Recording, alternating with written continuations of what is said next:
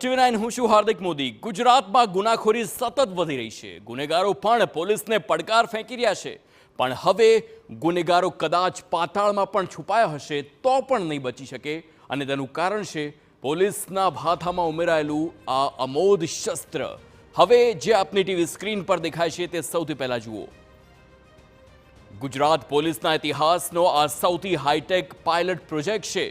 ગુજરાતમાં હવે નહીં છટકી શકે એક પણ ગુનેગાર, કારણ કે ગુજરાતમાં ગુનાખોરીને અટકાવવા પોલીસનો સૌથી નવતર પ્રયોગ જોવા મળ્યો। હવે પોલીસની પીસીઆર વાન પહેલા પહોંચશે અને ગુજરાત પોલીસનું ડ્રોન પહેલા પહોંચશે અને ત્યારબાદ પીસીઆર વાન પહોંચશે। ડીજીપી વિકાસ સહાય દ્વારા શરૂ કરાયો છે ડ્રોનનો પાયલટ પ્રોજેક્ટ। ઝઘડો, મારામારી સહિતના બનાવમાં ડ્રોન કેમેરાથી કરાશે ઘટનાનું રેકોર્ડિંગ। પોલીસની ટીમને મેસેજ મળતા જ સ્થળ પર ડ્રોન કેમેરો પહોંચી જશે। પીસીઆર વાનની પણ પહેલા પહોંચી ઘટનાનું રેકોર્ડિંગ કરશે ડ્રોન કેમેરો। આ સાથે જ આપને જણાવી દઈએ કે જીપી દૃષ્ટિ નામનો આ ડ્રોન પાયલટ પ્રોજેક્ટ બનશે અમલી, અને હવે તેના દ્રશ્યો પણ જોઈ શકો છો। તો Gujarat police drone response and aerial surveillance tactical intelligence એટલે કે જીપી દૃષ્ટિ નામનો આ પાયલટ પ્રોજેક્ટ આખરે કેવી રીતે અમલી થશે તે પણ જાણવા જેવું છે। ખુદ રાજ્યના ડીજીપી વિકાસ સહાય પાસેથી જાણીએ કે આ પ્રોજેક્ટ અમલી કેવી રીતે થશે।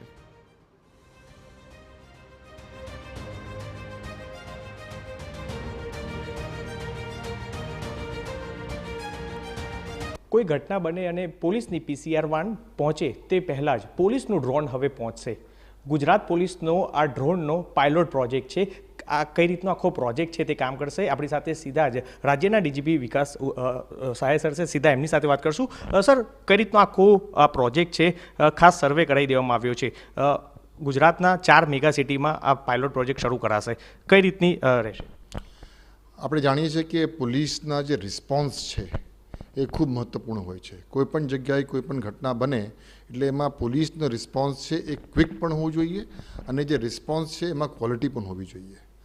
દરેક 4 જે મહાનગર છે આપણા પોલીસ કમિશનરેટ એરિયાઝમાં, એમાં આપણે એક પ્રપોઝલ મૂકી છે જેને આપણે નામ આપીએ છીએ જીપી દૃષ્ટિ, એટલે Gujarat police drone response and aerial surveillance tactical implementation. આપણે કોઈપણ વ્યક્તિ 100 નંબર ઉપર ફોન કરે કંટ્રોલ રૂમમાં, કોઈપણ ઘટના કોઈપણ જગ્યા બને 100 નંબર ઉપર ફોન આવે એટલે આજે 100 નંબરવાળા પીસીઆર વેનને જાણ કરે છે, અને પીસીઆર વેન પછી ત્યાં ઘટના સ્થળે પહોંચે છે। એને પહોંચતા એમને 7 મિનિટ, 8 મિનિટ, 9 મિનિટ થાય, અને જ્યારે ત્યાં પહોંચે ત્યારે એમને ખબર ન હોય કે ખરેખર ઘટના શું બન્યું છે। ફોન ઉપર જે માહિતી મળી હોય એ જ માહિતી એની પાસે હોય, એને વધારે માહિતી નહીં હોય। એટલે આપણે હવે ડ્રોન ટેકનોલોજીનો ઉપયોગ કરીએ છીએ।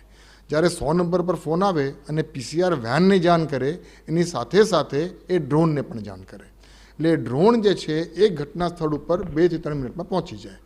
એ ઘટના સ્થળ ઉપર 2-3 મિનિટમાં પહોંચે એટલે ત્યાંની આખી જે ફૂટેજ છે એ ફૂટેજ જોઈને એ ખ્યાલ આવી જાય એમને કે કેટલા માણસો ભેગા થયા છે, ખરેખર શું પ્રોબ્લેમ છે, કેટલી ફોર્સ જરૂર પડશે। એટલે એ બધું અભ્યાસ કરીને પીસીઆર વેનને કે લોકલ પોલીસ સ્ટેશન જે એસઓચઓ છે એમને જાણ કરી શકશે કે સાહેબ અહીંયા ઘટના જે બની છે એ ખૂબ ગંભીર પ્રકારની છે, એમાં 3 થી 4 ગાડી જરૂર પડશે।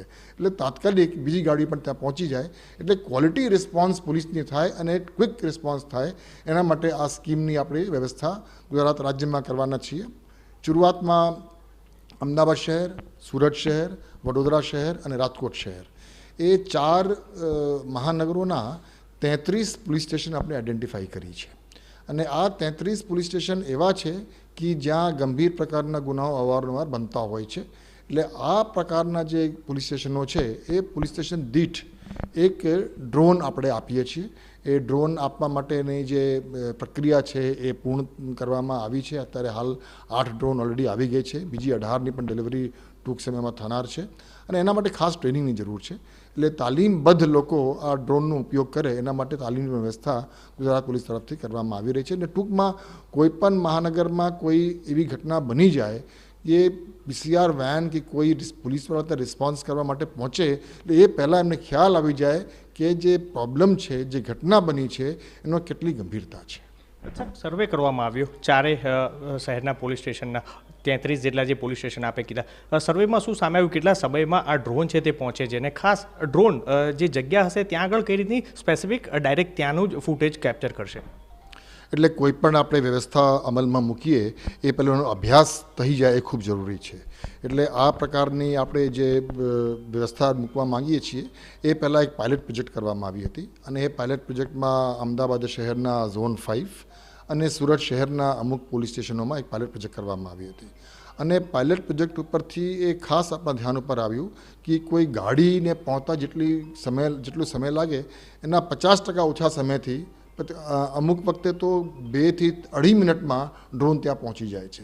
અને ડ્રોન પહોંચ્યા પછી ડ્રોનની એક બેઝ સ્ટેશન જે હોય જ્યાં એની પાસે લેપટોપ હોય, લેપટોપમાં આખું એમને દેખાતું હોય ફૂટેજ, એ ફૂટેજ ઉપરથી પછી PCR વેનને વાયરલેસ સેટ ઉપર કે મોબાઈલ ફોન ઉપર એને કોમ્યુનિકેટ કરે કે ઘટના ખરેખર શું બન્યું છે. એટલે એ પ્રકારની પાયલટ પ્રોજેક્ટ છેલ્લા 10 દિવસથી અમદાવાદ શહેરમાં અને સુરત શહેરમાં કરવામાં આવી હતી. પાયલટ પ્રોજેક્ટ ખૂબ સક્સેસફુલ રહ્યું હતું અને એના ઉપરથી હવે આપણે એને 33 પોલીસ સ્ટેશનોમાં અમલમાં મૂકવા માંગીએ છીએ. કહી શકાશે આ ડ્રોનથી બાજ નજર રખાશે તો લોકોમાં એક ડર પેસાશે, કારણ કે ઘણી વખત આવી ઘટના બનતી હોય છે ત્યારે કોઈ મારામારીની ઘટના, અકસ્માત જેવી સામાન્ય બનાવ બી બનતો હોય છે ત્યારે સામસામી મારામારી કરતા હોય છે, પરંતુ ડ્રોનથી જો આ કેપ્ચર કરશે તો લોકોમાં એક ડર બેસશે. અને એની સાથે સાથે જ્યારે ડ્રોન ત્યાં પહોંચે અને ડ્રોનનું ફૂટેજ જે કેપ્ચર થાય છે એની એક એવિડન્શિયરી વેલ્યુ પણ છે. એટલે એક એવિડન્સ પોલીસને મારા PCR વેન પહોંચે કે કોઈ પોલીસ પહોંચે એ પહેલાં જ ડ્રોનના માધ્યમથી ડિજિટલ એવિડન્સ પણ પોલીસને ઉપલબ્ધ થઈ જાય એ પણ એક પ્રકારની એક ઉપલબ્ધિ આ વ્યવસ્થાની ચોક્કસ રહેશે. ચોક્કસથી કહી શકાશે કે હવે ડ્રોનથી જે આખી કોઈ પણ ઘટના બનશે તો તેની નજર છે કે જે બાજ નજર રાખવામાં આવશે, એટલે ડિજિટલ એક પુરાવો છે તે પણ ઊભો થશે. હાલ ગુજરાત પોલીસનો આ પાયલોટ પ્રોજેક્ટ છે એ સફળ થયો છે, કારણ કે તમામ જે સિટીમાં સર્વે કરવામાં આવ્યો તેમાં ગણતરીની મિનિટોમાં જ આ ડ્રોન છે કે જે ઘટના સ્થળે પહોંચે છે અને તમામ ફૂટેજ જે કેદ કરે છે અને ત્યારબાદ તે એ પુરાવા તરીકે રહી શકે છે. ત્યારે આગામી સમયમાં જે આ 33 જેટલા પોલીસ સ્ટેશન છે કે જે ગુજરાતના જે 4 રાજકોટ, સુરત, અમદાવાદ અને વડોદરાના જે સંવેદનશીલ પોલીસ સ્ટેશન છે ત્યાં આગળ આ ડ્રોન છે તે આપવામાં આવશે અને આ ડ્રોનથી જે બાજ નજર રાખી અને આ અટકાવી શકાશે. કેમેરાપર્સન દીપક સેન સાથે મિહિર સોની, TV9 ગાંધીનગર. હવે અમે તમને લાઈવ ડેમો થકી બતાવીએ કે આખરે આ ડ્રોન કેવી રીતે કામ કરશે. સૌથી પહેલા પોલીસને ફોન પર ઘટનાના સમાચાર મળે છે.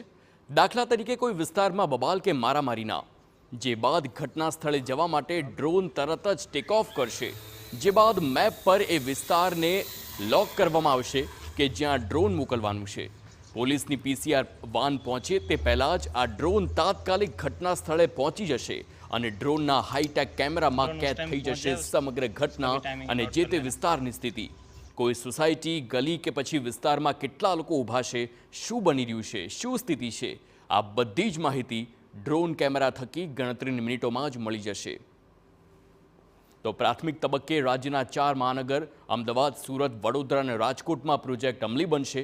4 મહાનગરમાં 33 સંવેદનશીલ પોલીસ સ્ટેશનમાં ડ્રોન આપવામાં આવશે. ત્યારબાદ રાજ્યના અન્ય શહેરોમાં પણ પ્રોજેક્ટ લાગુ કરવામાં આવશે.